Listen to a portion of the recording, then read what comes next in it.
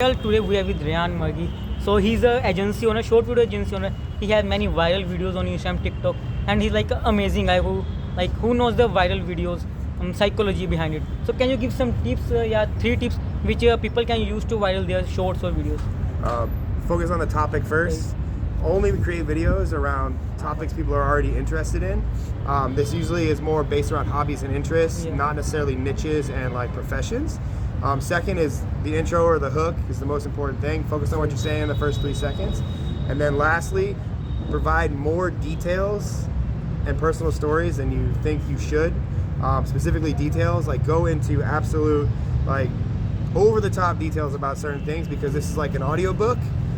The more details you have, the more people can visualize and be in the moment while they're watching you on screen, and you'll get more views. Okay. So how much figures you like? Don't tell exact amount. Just how much figures you are making? Like how much? 6 figures, 7 figures, 8 figures? Oh, I mean, I made $1 million last year. Oh, I didn't that's keep pretty that, awesome. but I made that. Thank you so much for telling about it. Okay, sir.